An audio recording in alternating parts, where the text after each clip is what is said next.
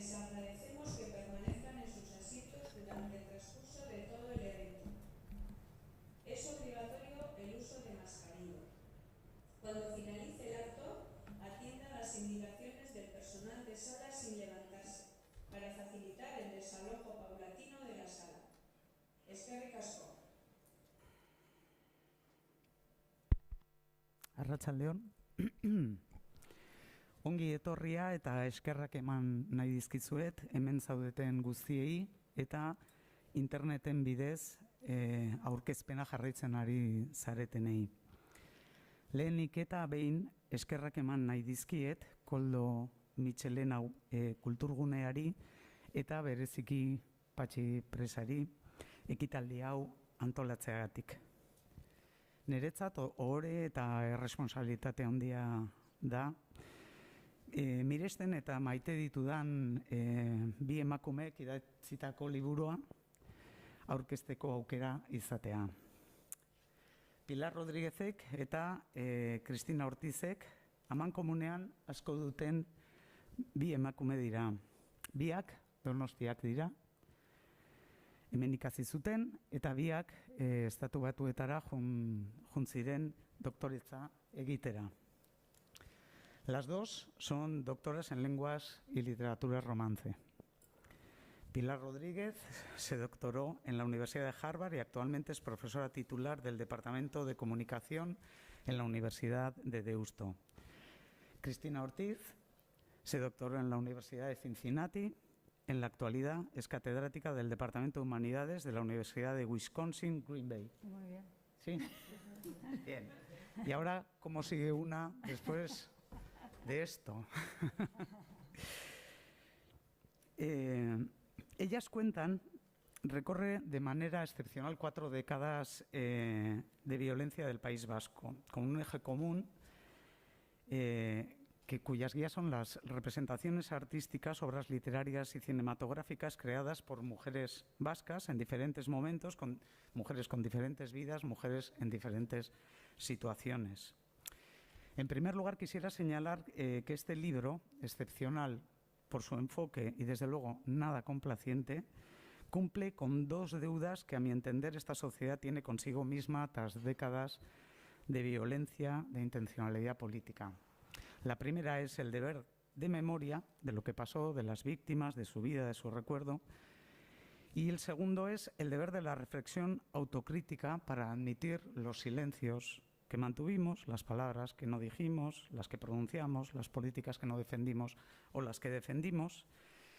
La verdadera decencia es hacer ese ejercicio de dura reflexión personal y comunitario, como hacen las autoras que nos presentan en este libro, cada una con su voz, cada una desde su realidad.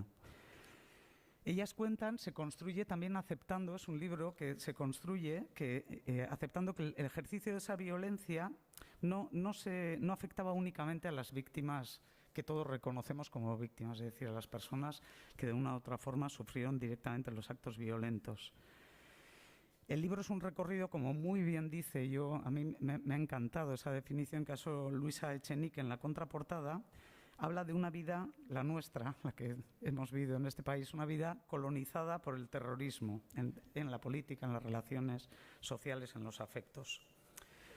El ejercicio de la violencia política siempre requiere un discurso de legitimación que para una sociedad como la vasca, en el propio libro, una de las autoras que está fuera y quiere venir a luchar por este país y por su cultura y tal, cuando llega dice, pero si están todos en la playa viviendo, bueno, pues en ese país hacía falta un discurso de legitimación para una sociedad como la nuestra, aceptara como legítimas actitudes que normalmente debían ser censurables y frontalmente rechazadas. Ese discurso legitimador es un relato admisible o más o menos explicativo de las consecuencias terribles que se desprenden del ejercicio de la violencia y que esta sociedad tuvo y debió admitir y admitió. Un discurso dirigido a toda la sociedad y que debió ser y fue admitido o asumido por una parte importante de esta sociedad, ¿no? Esta legitimación, que todavía aún existe, es la que y la propia deslegitimación de esta sociedad o las propias cuestiones y dudas que surgen de cada uno de nosotros, de nosotras, como personas, como colectivos, son las que refleja, yo creo que muy acertadamente, el libro, ¿no?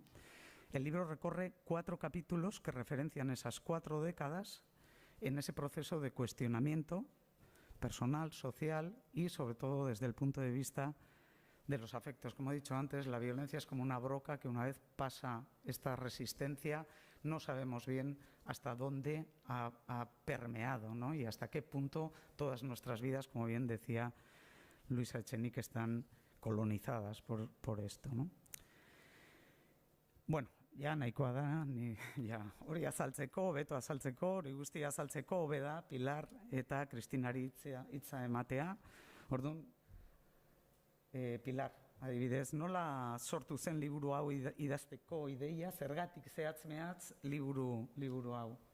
Bueno, lehenik eta behin eskerrik asko, Kristina, gure gonbidamena onartzeagatik, eta benetan, esaten dizut, ezin dugula konpainia hobean egon, benetan. Mila esker. Mila esker, Koldo Mitxelena, Patxi Presa, hain zuzendari ona izateagatik, eta guztioi hemen gurekin egoteagatik. Aitortu behar dut, liburuaren ideia Kristinarena izan zela. Eta niri hasieran iruditzen zitzaidan agian astuna izango zela. Prozesu osoa, ikerketa eta terrorismoaren eta indarkeriaren kontuari berriz itzultzea.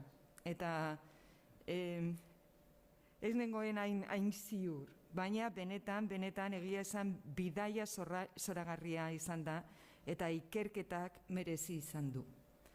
Zergatik da garrantzitsua emakumeen Euskal Herrian egindako literatura eta film lanak aztertzea. Ziur nago orain terrorismoari buruz liburuak edo filmak egin dituzten egile edo zuzendarien izena galdetzen badizkizuet, Bernardo Atxaga, Ramos Aizar Vitoria, Fernando Aramburu, nola ez, Montxo Armendariz, Imanol Uribe, ziurazki bezalako izenak esango dizkidazuela. Baina badira gai hori lan duten euskal emakumeak, eta gure asmoa izan da haien izenak azaltzea eta haien lanak aztertzea.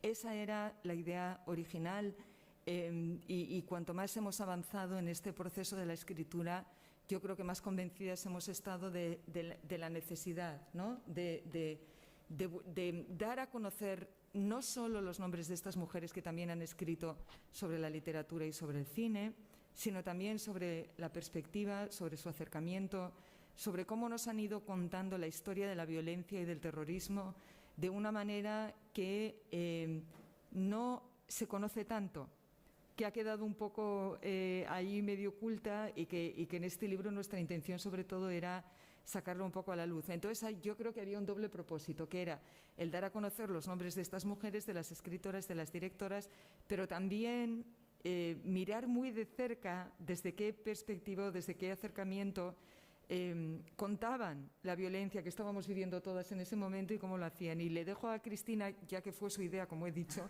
y la que no solo fue su idea, sino que también me ayudó muchísimo dando las primeras pautas metodológicas, es decir, cómo nos íbamos a acercar a estos libros, cómo nos íbamos a acercar a estas películas, de qué forma era la adecuada para analizar estas obras. Bueno, gracias. Si me lo permitís, a mí también me gustaría comenzar con agradecimientos. Y el primero, pues, a Cristina por la maravillosa presentación que has hecho.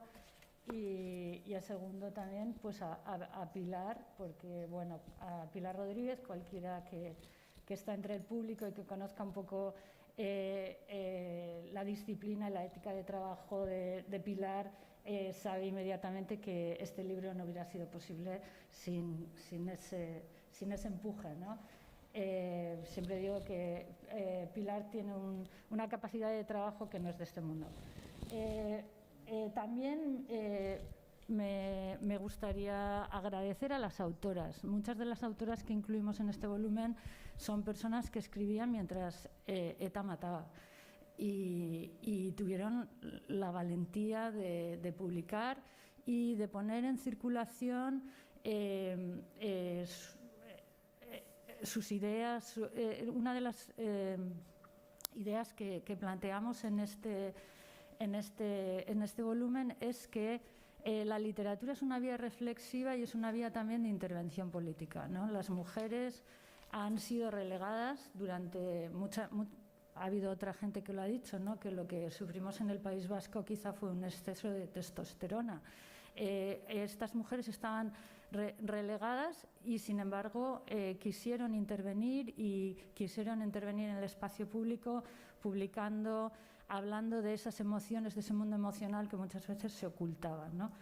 Entonces, mi reconocimiento también a la valentía de las autoras y también a la crítica que se ha hecho también desde el País Vasco, de la Universidad del País Vasco, críticas como María José Olaciregui, Mikel Ayerbe, también Edurne Portela, gente que si lee este volumen pues reconocerá desde luego nos han abierto el camino, ¿no? Con eso dicho, pues el planteamiento que nos hicimos fue seguir de alguna manera esa trayectoria de lo que ha sido la presencia de ETA en el País Vasco, los años de terrorismo, porque bueno, el volumen tiene esa acotación, ¿no? Surgimiento de ETA y la etapa posviolenta, pero queríamos aproximarnos también a la reflexión que estas autoras hacen concomitante a la violencia respecto a temas de género, ¿no? En qué medida esa sociedad vasca que está viviendo esa violencia, ¿no? Cómo esa violencia también sirve para disciplinar masculinidades y feminidades, para poner determinados espacios, hacer determinados espacios, identificar espacios para los hombres, mujeres, etcétera. El libro sigue por eso una evolución cronológica y en cada capítulo nos dedicamos, empezamos con la historia de ese momento político y el diálogo que se establece entre determinadas obras de las autoras y el momento político, ¿no? Y al mismo tiempo, según íbamos investigando y íbamos leyendo con detenimiento, una cosa que surgía y que vamos probablemente a hablar un poco más en detalle, era el que estas autoras presentaban no tanto un aspecto político, sino el saldo emocional que ese contexto de violencia ha supuesto, ¿no? Y entonces lo que hicimos fue tomar los estudios de lo que se llama la teoría de los afectos, que es algo que está teniendo mucho empuje ahora mismo en las ciencias sociales, en las humanidades, en los estudios culturales, y a través de ese marco teórico, ¿no? Establecer una línea de continuidad en este desarrollo que planteamos. Yo quisiera preguntar también con qué criterio habéis elegido a las creadoras. He dicho antes que no es un libro complaciente porque es un libro crítico, ¿eh? O sea, como bien ha dicho Pilar, es un libro duro también volver a meterte en ese mundo de la violencia y tal, pero habéis elegido más o menos unas 2, 3 por década, algunas de ellas cineastas, otras autoras. ¿Os ha marcado, o sea, lo habéis marcado previamente o, digamos, os ha llevado esta búsqueda de voces críticas, os ha llevado a elegirlas? Sí, a ver, yo quiero decir muy rápidamente las autoras que estudiamos, sí, para que tengamos una idea, ¿no? Laura Mintegui, Arantxa Urreta Vizcaya, Elena Taberna, Ana Díez, Luisa Echenique, Gabriela Ibarra, Edurne Portela, Catisa Aguirre, Aisa de la Cruz, Estela Abad. Teníamos algunos criterios. Por ejemplo, en cine solamente tenemos 2 películas, que son Joyes y Ander eta Jul. porque no estamos incluyendo cortos, igual que tampoco incluimos relatos, porque aquí si no estaría Eide Rodríguez y otras autoras que han tratado también el tema, pero queríamos incluir obras completas, novelas o películas, y estas más o menos son las que hay. Tampoco queríamos, por ejemplo, Luisa Echenique tiene varias novelas escritas, varias obras sobre este tema, pero no queríamos hacer un capítulo incluyendo toda su obra. Entonces hemos elegido obras representativas de cada una de estas autoras. Y también lo que nos parecía muy importante era marcar un poco este desarrollo cronológico. No es lo mismo el momento en que escriben Laura Mintegi o Arantxa Urretabezkaia que el momento en el que escriben Aisa de la Cruz o Katisa Aguirre. Hay una evolución, hay un proceso. Luego hemos encontrado, al analizarlo en detalle, en este desarrollo cronológico, hemos encontrado cosas que nunca hubiéramos imaginado. Por ejemplo, yo como me dediqué más a la parte de las escritoras más jóvenes, ¿no? En el caso de Edurne Portela, en el caso de Katisa Aguirre, en el caso de Aisa de la Cruz, Estela Abad, resulta que hay una intención común de volver en un viaje metafórico y literal a Euskadi, investigar su pasado, volver a su infancia, volver a ver lo que pasó, pero también a la vez investigar el paisaje político. Y sin embargo, Cristina os contará que en las primeras obras, por ejemplo, en las pioneras, ¿no?, que fueron Laura Mintegi, Arantxa Urretabezkaia, hay otras preocupaciones. Yo simplemente quiero decir una cosa que me parece tal vez lo más importante para que se entienda. Y tú seguro que nos ibas a llevar a eso y preguntar, pero bueno, si me permitís, me explico un poco las cosas, ¿no? Luego hablaremos fuera. Cuando hablamos de la teoría de los afectos, ¿verdad? Sí. Cuando hablamos de la teoría de los afectos que estamos incluyendo, no me gustaría que pensáramos que es que las mujeres solamente hablamos de los afectos o que estas directoras o escritoras escriben sobre los afectos. No es eso. La teoría de los afectos es una teoría compleja, desarrollada sobre todo por Sara Ahmed, pero bueno, Judith Butler y otras están cerca de esta teoría, que lo que nos dice es que realmente en todos estos procesos, sobre todo en los procesos violentos, en los procesos en los que influye el terrorismo, esta violencia no se siente solo públicamente o externamente, ni se puede comprender solo racionalmente, sino que hay algo que se refleja en el mundo cotidiano, en las vidas familiares, en la vida pública y en la vida privada, y que ambos lados no se pueden separar. Y esto es lo que, para empezar, digo solamente, luego veremos ejemplos, ¿no? Pero solamente quería decir que esto es uno de los aspectos que a mí me gustaría aclarar, ¿no? Que lo que hemos visto y descubierto, y la verdad con mucho interés, es que estas mujeres tenían una gran preocupación por cuestiones que son las que desarrolla la teoría de los afectos: el miedo, la culpa, ¿no?, la ira también, el deseo de venganza. Hay muchas de estas cuestiones que se van desarrollando también en los entornos familiares y a las que estas mujeres prestan atención.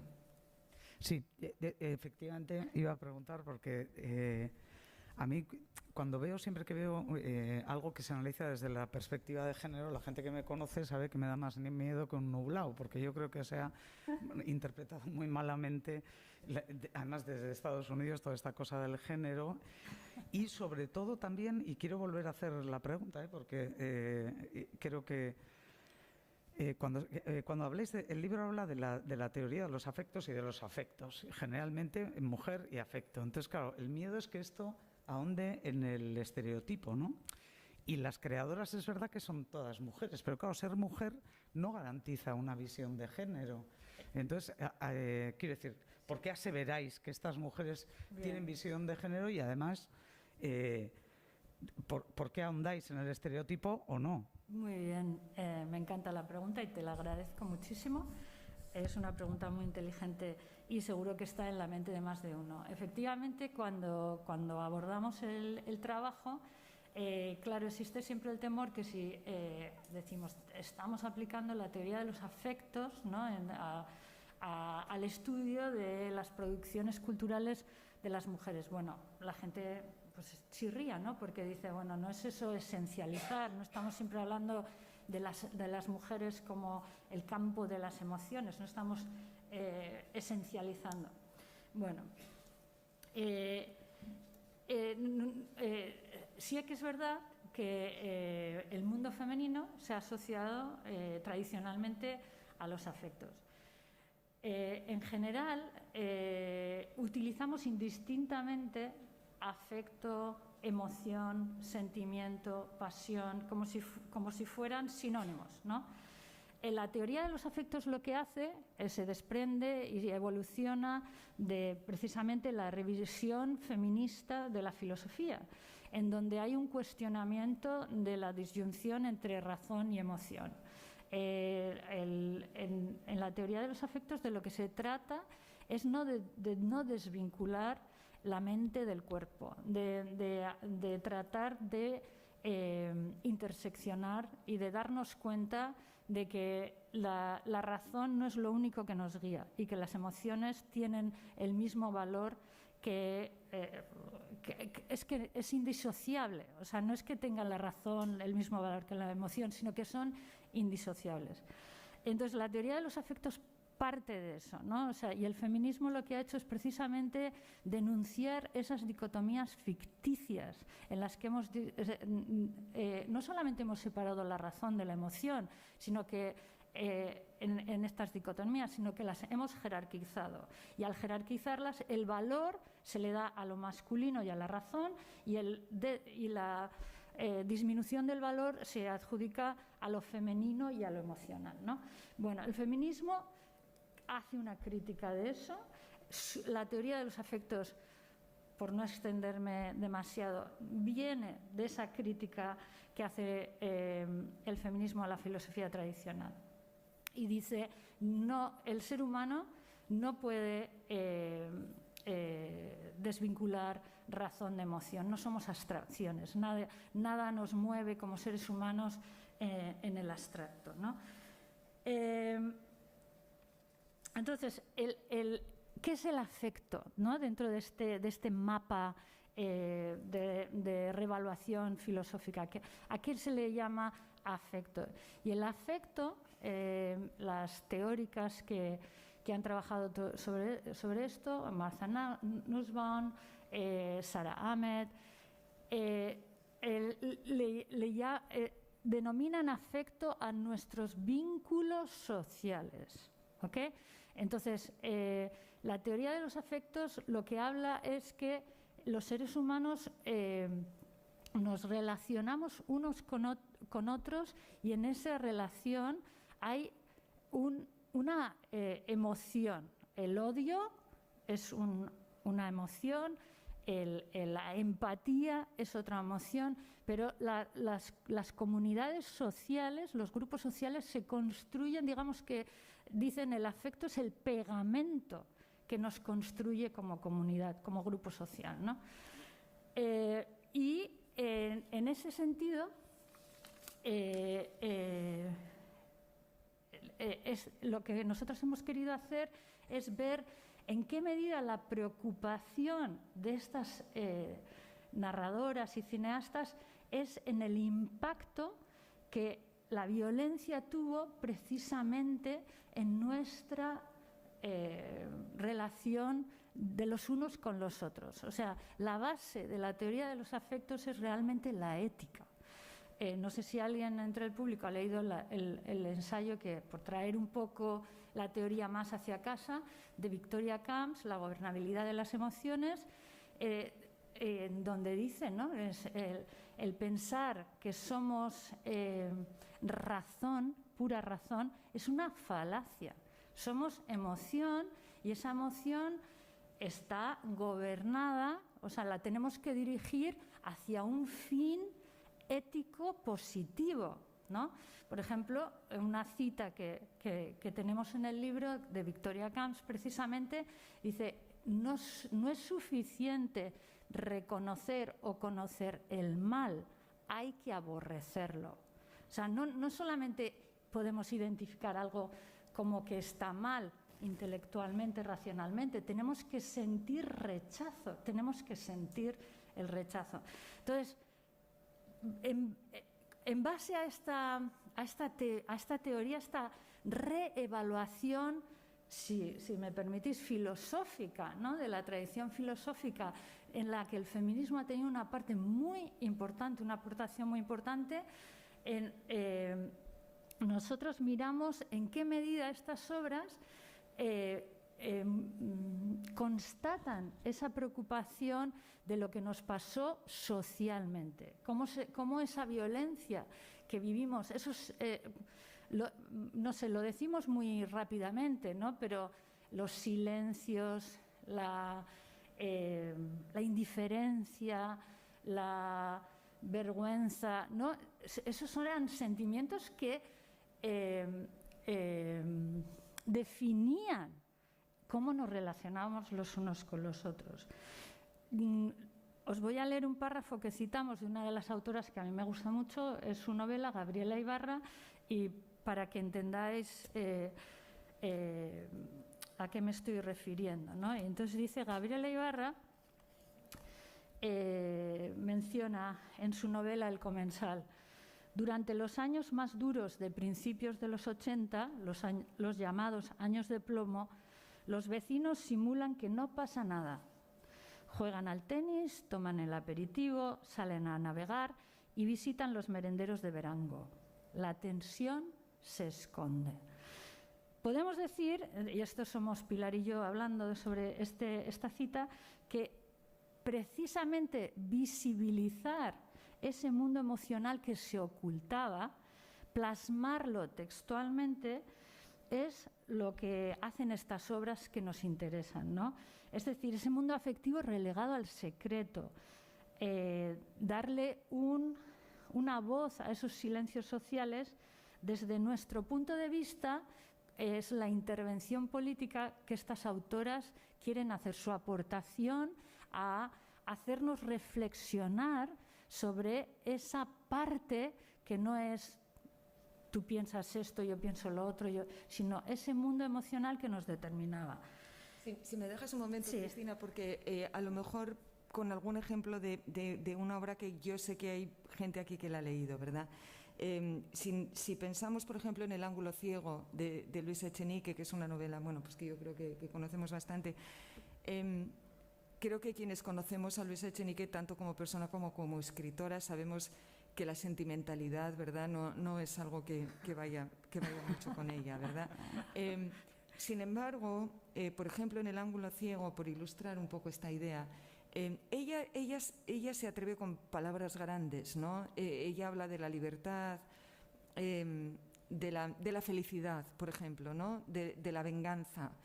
Pero no hay que recurrir a Kant para explicar qué es la felicidad ni qué es la... No que ella no pudiera hacerlo perfectamente, pero a mí me quedan esas definiciones, por ejemplo, de la felicidad. Cuando Miren, la protagonista, dice que ella se tiene que asomar a la ventana todos los días para ver cuando su marido se marcha de casa, porque probablemente es el último día que lo va a ver. No sabe si es el último día que lo va a ver. Entonces, que para ella robarle la felicidad es no poder dejar que tu pareja se vaya de casa. Y esto es algo muy fácil que cualquiera de nosotras lo puede comprobar cada día. Tú quieres irte de casa y pensar que tu pareja va a volver, que tu hijo va a volver, que incluso aunque te hayas enfadado y se vaya dando un portazo, que no pasa nada, porque va a volver después y se va a arreglar, ¿no? Y esas son definiciones un poco de este terreno afectivo que yo creo que las entendemos muy bien. No es lo mismo enfadarte con tu pareja o con tu hijo y decirle, bueno, ya volverá, que decir, a lo mejor es la última vez que lo voy a ver y se va así, ¿no? Estas son las definiciones de la felicidad, de la libertad, de qué es la libertad y qué no es, que se van desarrollando un poco en ese entorno de los afectos, igual que hacen la mayoría de las autoras, ¿no? Igual que Edurne Portela, lo mismo que en Mejor la ausencia, lo mismo que nos cuenta que en el instituto había huelgas constantes porque había algún problema o mataban a alguien de ETA había problemas y entonces había huelgas, pero cuando mataban a alguien del Partido Socialista en Rentería, por ejemplo, no había ninguna huelga en el instituto. Lo mismo que nos cuenta esto es como ese ambiente de la violencia se va enraizando en el propio entorno doméstico y cómo esto va también afectando su subjetividad y su vida, ¿no? Entonces, es como se va reflejando continuamente y cómo yo creo que estas escritoras, ¿no?, y estas directoras también buscan hacernos reflexionar desde acercamientos que no habíamos visto antes, ¿no? O que no son tan comunes, y eso es lo que a mí me parece más valioso, sobre todo. Sí, no, solo yo quería mencionar, ¿no?, que una asociación inmediata cuando hablamos del mundo emocional es la intimidad, ¿no? O sea, yo soy mi dolor y mi dolor es mío, y precisamente lo que hace la literatura exponiendo ese dolor, ¿no?, es lo que dice la socióloga argentina Elizabeth Jelin, ¿no? Cuando uno hace público su dolor, se convierte en un conocimiento cultural compartido. Si yo leo uno de los textos que estamos analizando, yo ya no puedo pensar que ese dolor que ahí se expresa es solo competencia del narrador o del personaje o de la persona que está sufriendo, experimentando ese dolor. Me implica y me afecta en ese conocimiento al hacerlo público. Quiero decir, para dar un ejemplo muy concreto, un texto que a mí me parece muy significativo de lo que se ha vivido en el País Vasco son los diarios de Joyes, desde su ventana. Y esto me ayuda de alguna manera a ilustrar lo que estoy tratando de decir, ¿no? Cuando a Joyes le matan, es su familia la que publica unos diarios que estaban escritos en la intimidad, para ella, para reflexionar, como son los diarios de cualquier persona. Pero ese gesto de publicar los diarios, el gesto de la familia, de hacer pública, de editorializarlos, de añadir, de dejar que no fuera su muerte lo que ETA quiso hacer de ella, para mí no hay mejor ejemplo de lo que es poner de los afectos, de lo que estamos hablando de los afectos, ¿no? Del sacar y poner en circulación pública ese mundo emocional para influir, para abrir una grieta, ¿no? Para tratar de abrir una grieta en esa sociedad que aparentemente era tan insensible al terror que estaba provocando la violencia. Yo como lectora, no soy experta en literatura, pero sí me ha encantado leer el libro en su conjunto. Quiero decir, yo hay obras que he leído de las autoras que aquí aparecen y otras que no he leído, pero claro, ya tengo como curiosidad por leerlas, pese a que hacéis un spoiler bastante importante, pero quiero decir, en su conjunto, lo que hace en mi opinión, y os quiero preguntar sobre esto, visto su conjunto, aparte de presentar como unos libros para leer que te dan esa visión de las décadas, de lo que puede ser el momento inicial de la crítica, pero desde, digamos, un lado de la violencia, luego la violencia ya más centrada en las víctimas, en la propia sociedad, y luego, digamos, reduciéndolo mucho, para no extenderme, el de las nuevas generaciones que casi lo incluyen dentro de unas violencias y además nos reprochan un poco esa ocultación y tal, que yo creo que llegará, y si no está llegando, llegará mucho más. Pero visibilizáis este relato, ¿no? Como ha dicho Pilar, también de escritoras y tal, muy invisibilizadas, pero sin embargo, yo cuando he leído el libro he tenido la sensación de estar leyendo libros como actuales, a los que se les ha dado mucho bombo y que hablan y la gente dice, vaya retrato, yo qué sé, Patria, vaya retrato de madres, vaya retrato del ambiente ese tan seco, y como habéis dicho, aparece ya desde Arantxa Urreta Vizcaya, el retrato de la madre, desde la propia Joyes, esos personajes también montados. Luego está lo que acabas de comentar tú de Luisa Echenique y tal, ¿no? Es un poco tremendo desde el punto de vista, esa no solo ocultación, sino la falta de referencia a la construcción de todo esto. Sí. Bueno, yo quiero decir, para romper una lanza en favor de estas escritoras, que claro, cuando ellas empezaron a escribir desde este ángulo de la maternidad, resemantizando esos sentimientos de maternidad, o sea, porque quiero hacer énfasis en que hay una dimensión política al mundo emocional que plasman en sus narrativas, ¿no? Pero yo creo que tenemos escritores ahora mismo con mucha más fama y mucha más popularidad que estas escritoras, que han hecho una lectura muy atenta de esas obras. Sí. Y ahí lo dejo, ¿no? O sea, quiero decir que el saldo, más que un saldo político, yo creo que a medida que reflexionemos sobre lo que hemos vivido y lo que hemos pasado, hay un saldo emocional.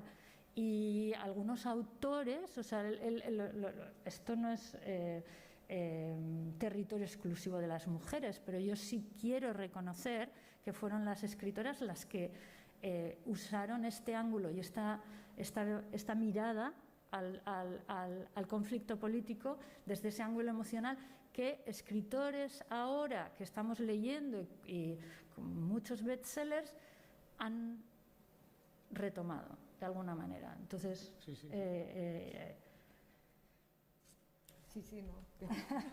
Vale, igual es meternos en mucho fregado, ¿no? Otra cosa que a mí vaya por preguntar, pero las dos habéis, digamos, hicisteis la carrera aquí y en los dificilísimos años 80, esos años de plomo, pero todavía no en la época en la que, como muy bien definió otra persona, tantos se equivocaron tanto, vosotras, quiere decir que hablo de otros, del Pacto de Lizarra y la socialización del dolor y todo esto que trajo. Vosotras ya estabais fuera las dos, ¿no? Sí. Pilar ha vuelto, pero tú todavía sigues en Estados Unidos, sin embargo sigues escribiendo las dos, no es la primera obra que escribís. Yo pregunto, porque siempre que hablo con vosotras y os leo, me gusta mucho como una especie, yo soy más vehemente quizá porque he estado aquí, pero me hace falta esa mirada un poco de fuera adentro, de dentro fuera, no sé bien cómo preguntarlo, para armar este tipo de cosas.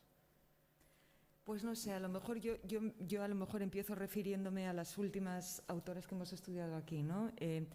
Que son, hay una idea en las novelas de Catís Aguirre, de Aisa de la Cruz y de las últimas que hemos estudiado, que es lo que yo llamo la imagen del retorno, la idea del retorno, el viaje literal y físico y también simbólico y metafórico para volver a Euskadi, porque no viven en Euskadi, pero tienen que volver para ver lo que les pasó, para entenderse a sí mismas y para entender también lo que ha pasado en Euskadi políticamente y socialmente.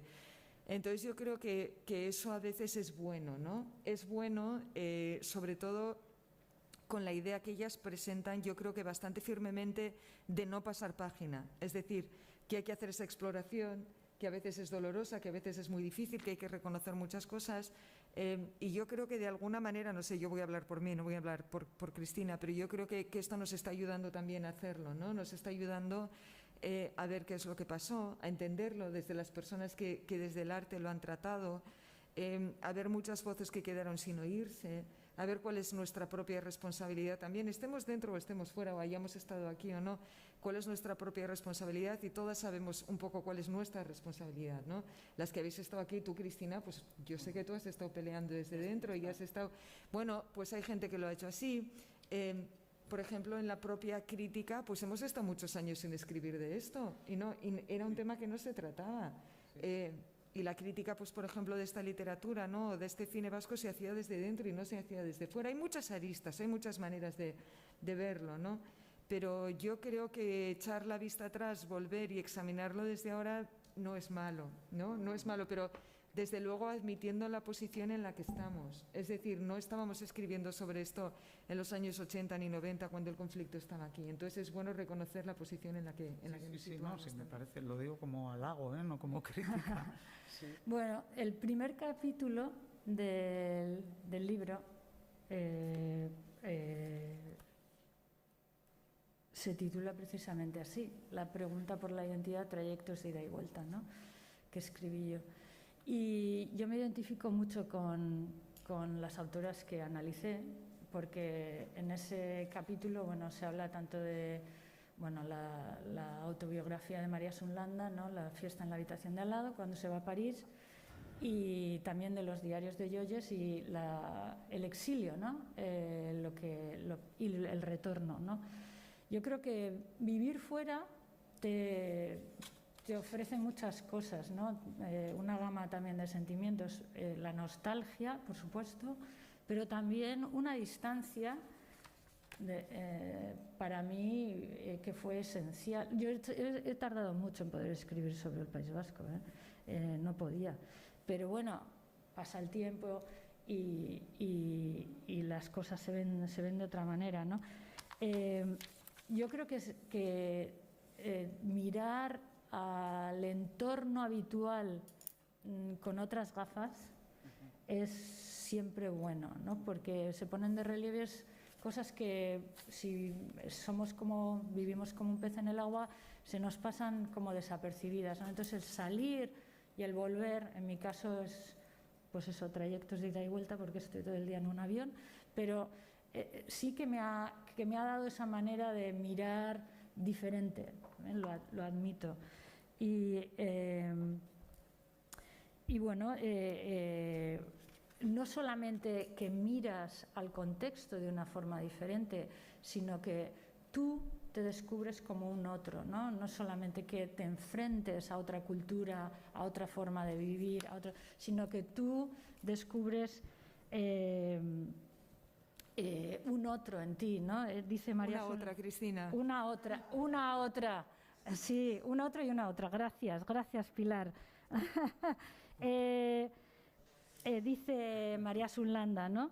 Fuera de nuestra ciudad, sin el corte que impone la escenografía habitual, no solo descubrimos que los otros y las otras, eso no lo dice Landa, lo añado yo, los otros pueden ser diferentes, sino que la verdadera sorpresa nos la damos a nosotros y nosotras mismos al jugar a ser otros, uno de tantos que llevamos dentro, ¿no? O sea, no es solamente esa distancia, sino esa búsqueda incesante, ¿no? de tratar de determinar quiénes somos, ¿no? O sea, que la identidad no es un producto, es un proceso. Y vamos añadiendo según vamos viviendo y vamos teniendo experiencias. Yo, si os parece, os voy a pasar la posibilidad de preguntar, porque quiero decir, yo estaría horas haciendo preguntas, pero me parece que también seguro que hay preguntas interesantísimas que queréis hacer. Bueno, y bastante ha hecho esta gente a venir a escucharnos un rato, y Hombre. es jueves y merece también salir y... Hombre. Ahí en el fondo. Sí. Sí, esperar que llegue porque lo están dando por streaming, sí. Vale, bueno, arratsaldeon guztiei, mila esker benetan aurkezpenagatik eta liburu hau egiteagatik. Nik ez dakit galdera bat dudan edo hausnarketa bat, eta, bueno, orokorrean. Bueno, gaztelaniaz hitz egin dut, pero bueno, Pilari eskertu nahi nion hasieran egindako aurkezpena euskeraz, eta, bueno, horregatik lehendabiziko hitzak euskeraz dira. Vale. Eskerrik asko tere. Zuri. A ver, no sé por dónde empezar, porque me habéis sugerido tantas cosas. Bueno, la primera, agradeceros muchísimo las aclaraciones que habéis hecho sobre la teoría de los afectos, pero mucho porque creo que, al menos en Euskadi y en España en general, como no se ha trabajado, no se ha profundizado en todas estas autoras americanas, sobre todo que habéis mencionado, pues claro, los afectos son de las mujeres, pasa un poco parecido con el tema de los cuidados. Sí. Entonces, vuestras aclaraciones pues son muy de agradecer. Los hombres que han escrito sobre la violencia del País Vasco, y alguno conozco muy directamente, nunca se han separado de los afectos, nunca, porque si no, no hubieran podido ni escribir. La razón y los afectos van juntos, y las emociones. No hay posibilidad, no hay otra posibilidad. Gracias al feminismo, lo que hemos hecho ha sido ponerlo encima de la mesa. O sea, era como un currículum oculto, y ahora nos falta conseguir otra cosa, y es que los chicos también se apropien de ese currículum, ¿no? Por decirlo de alguna manera así académica, un poco ascar deprisa, ¿no? Bueno, Entonces, gracias por eso. Porque al principio, cuando habéis dicho lo de los afectos, he dicho, vale, esa es una reflexión. Otra cosa es que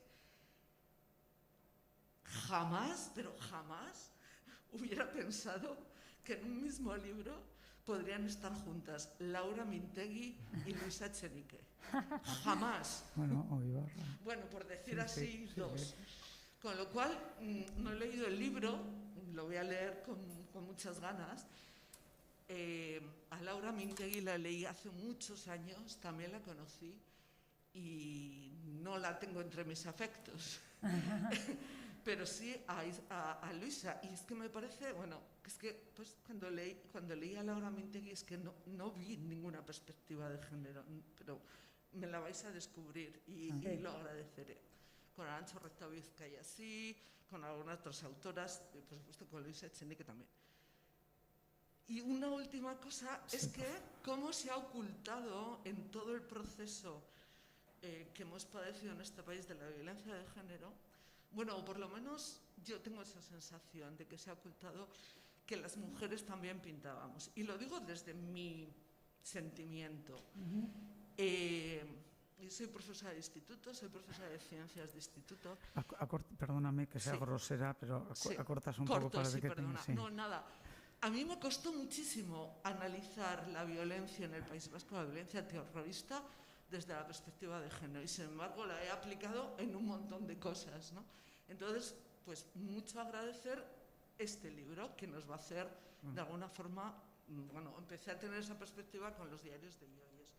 Entonces, bueno, veo que habéis sido capaces de aunar no solamente la perspectiva de género y la violencia del País Vasco, sino también diferentes ideologías. Un poco, pues, efectivamente. Poco que me decís. Efectivamente. ¿Vale? No, muchas gracias, Tere, muchas gracias, de verdad, muchas gracias. Yo creo que sí, que lo que dices es acertado y tiene muchas implicaciones más de lo que estás diciendo ahora, ¿verdad?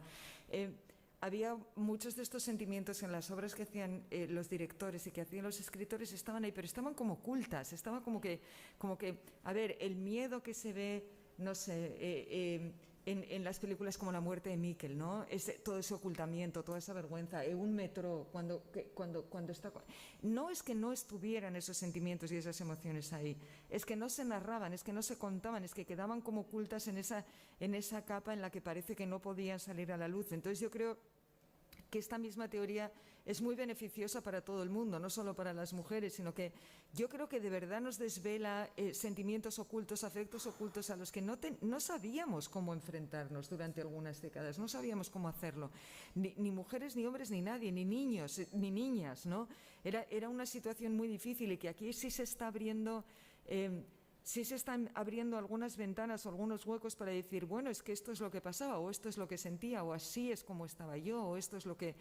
Pero sí, y desde luego la perspectiva de género, a ver, todo el mundo terrorista ha estado excesivamente masculinizado, o sea, tanto las víctimas, los victimarios, la quincha era una cosa como de hombres, ¿no? Era... Todo cuando se analizan los números, ¿no? Tanto de hombres que han pertenecido a ETA como sobre todo de las víctimas de ETA, ¿no? El panorama es muy masculinizado, pero si volvemos la vista atrás, incluso por ejemplo en los 80 y los 90, yo estaba pensando sobre esto, también eran políticos los hombres. También, o sea, eran hombres los representantes políticos, eran hasta quienes presentaban los telediarios, no sé cómo decir, era un mundo tan masculino que parecía que las mujeres tenían muy poca presencia ahí. ¿Y dónde estábamos? Claro que estábamos ahí, en muchos lugares y con muchas voces, pero parece que no salían a la luz o que no se veían públicamente y por eso es importante recuperarlas, nos parecía, ¿no?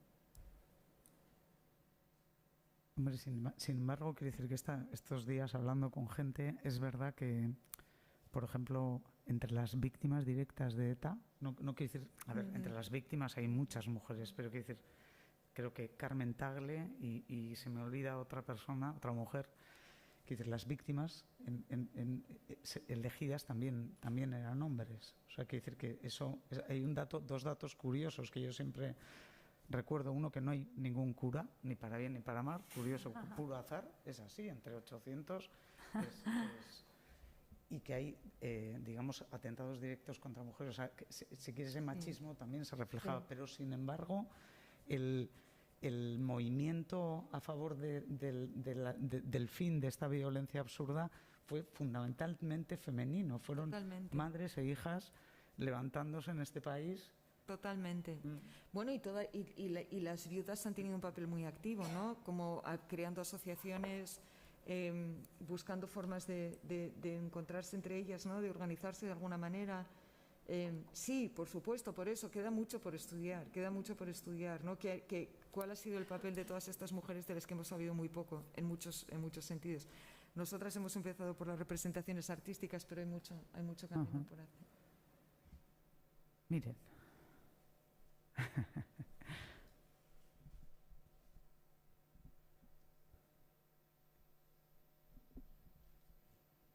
Bueno, yo no he leído muchas de las obras que están en el libro y por eso me atrevo a hacer esta pregunta, saliéndome un poco del tema, porque me preguntaba si en alguna de las obras se capta la lucha feminista, en donde estuviera en aquel momento, sí. porque en muchos conflictos lo que suele pasar es que a las feministas se nos dice, no es, en este momento no es el momento para hablar de estos temas, ahora hay otras prioridades y vuestros asuntos, bueno, pues ya llegará el momento cuando recobremos la libertad o lo que fuera, o sea, siempre hay ese tipo de discurso que nos oculta, nos aparta, nos invisibiliza continuamente, ¿no?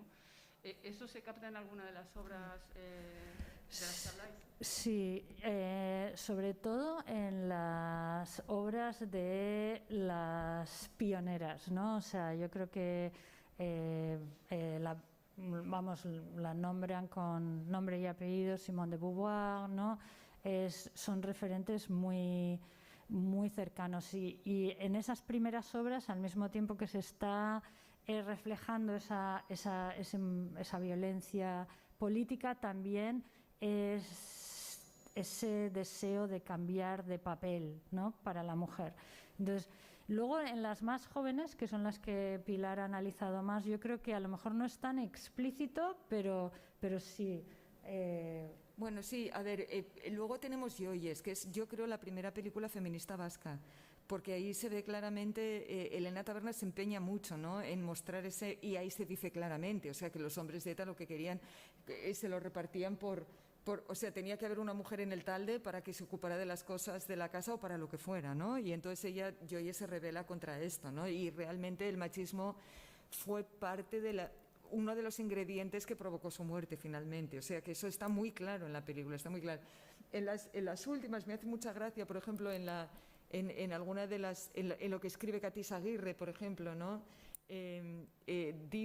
Pone como feminista a su madre y no a ella, ¿no? Entonces habla de cómo su madre le ponía cuando ella era joven y estaba creciendo carteles feministas en las paredes, y luego le dice, pero ahora te vas a ir a casar, ahora te vas a casar por la iglesia, o sea, con lo que he luchado yo para que no pasara eso, ¿no? Entonces yo creo que está más identificada la lucha feminista, pues a lo mejor con mujeres que a lo mejor son de mi generación, ¿no? De nuestra generación, de esa generación que luego y todas ellas, ¿no? Yoyes y las madres que cuentan, ¿no? Se ve que fue en esos años cuando se desarrolló un poco esa conciencia feminista más fuerte. Y luego en otros casos pues no está tan claro, no está explícito, que es muy buena pregunta esa, ¿no? La de ver si explícitamente se reconoce la lucha feminista, porque como tú dices, efectivamente quedó diluida en muchos movimientos de izquierda y en muchos movimientos nacionalistas. O sea, lo fundamental ahora es esto, ¿no? La causa política. Entonces vamos a dejar el feminismo de lado, que luego ya lo recuperaremos, y sabemos perfectamente todas que cuando pasa esto no se recupera jamás. O sea, lo que ahí quedó y se perdió. Entonces no hay una reflexión muy constante, pero sí, yo diría que en todas las obras de una manera o de otra, por ejemplo, en Edurne Portela, en Mejor la ausencia, lo que ella hace al final es una reflexión muy profunda sobre la violencia de género, y dice, pero ¿esto por qué pasa, no? Y no lo puede llevar, no lo acaba de entender, ¿no? Pero hace una reflexión sobre esto que yo creo que también es importante, que es algo que, como decía Tere antes, ¿no?, que a veces lo hemos dejado pasar y que no hemos entrado a... Entonces sí que hay, yo no diría que hay una corriente clara ni continua sobre reflexiones feministas, pero no deja de aparecer. O sea, siempre está, de alguna manera o de otra está ahí también. Venga. ¿Nadie más?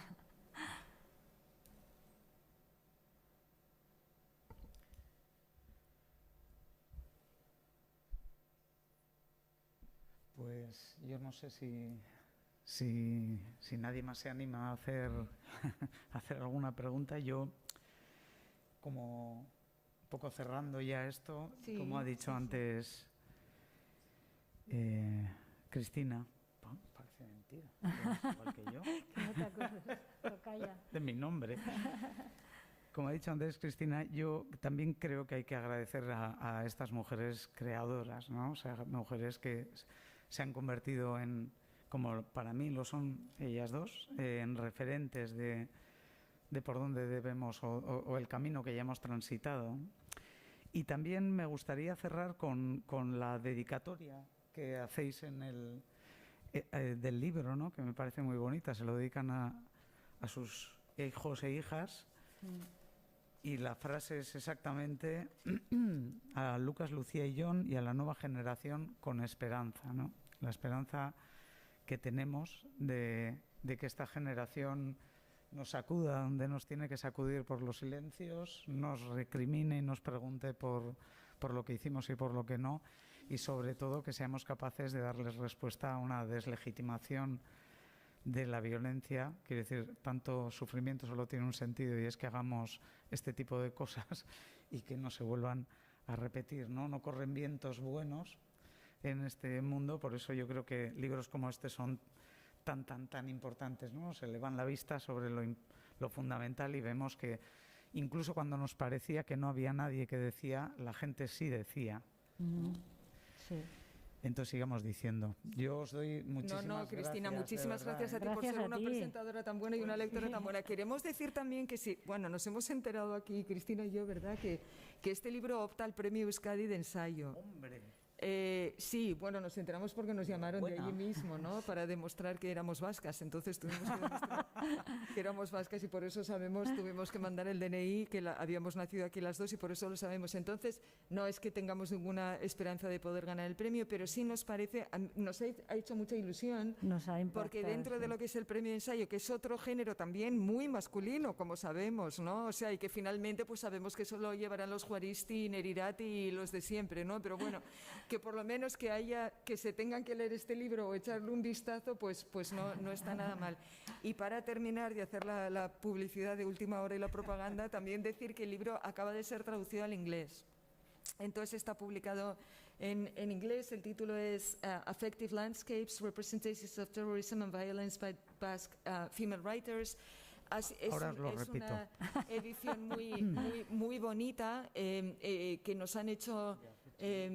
Y con mucho interés, tuvieron mucho interés en publicar la traducción, ¿no? Nos hicieron una reseña fantástica del libro para cuando lo recomendaron. Entonces, bueno, que estamos contentas, ¿qué os vamos a decir? O sea, bueno, hemos hecho este libro y de momento pues nos está saliendo todo bien, y ahora después de que nos habéis escuchado, pues muchísimo más todavía. O sea que muchas gracias. Y luego sí, ya sé que a lo mejor no hay que decirlo, pero yo lo quiero decir. Porque quiero apoyar a las librerías, ¿no? Que bueno, la pandemia ha sido horrible para todos, pero para muchos sectores y para nuestros amigos los libreros también. El libro se encuentra en Lagun, lo podéis pedir también a la editorial, pero bueno, en Lagun lo tienen, si alguien quiere pasar y comprarlo. Entonces, bueno, prestar ese apoyo, ¿no?, a nuestros amigos los libreros. Sí, que por cierto se os olvidó, tanto, o sea, mucho poner en redes y tal y cual, y yo dije, voy a poner a Dickinson, que puse yo, que presento, porque para mí ha sido una alegría, de verdad. Y enseguida me agradecieron y me retuitearon y tal, o sea, que por favor ponerle el premio.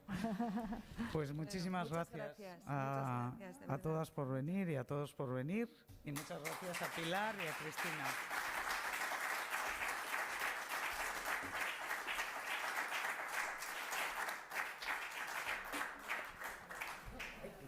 Enhorabuena. No me habías dicho.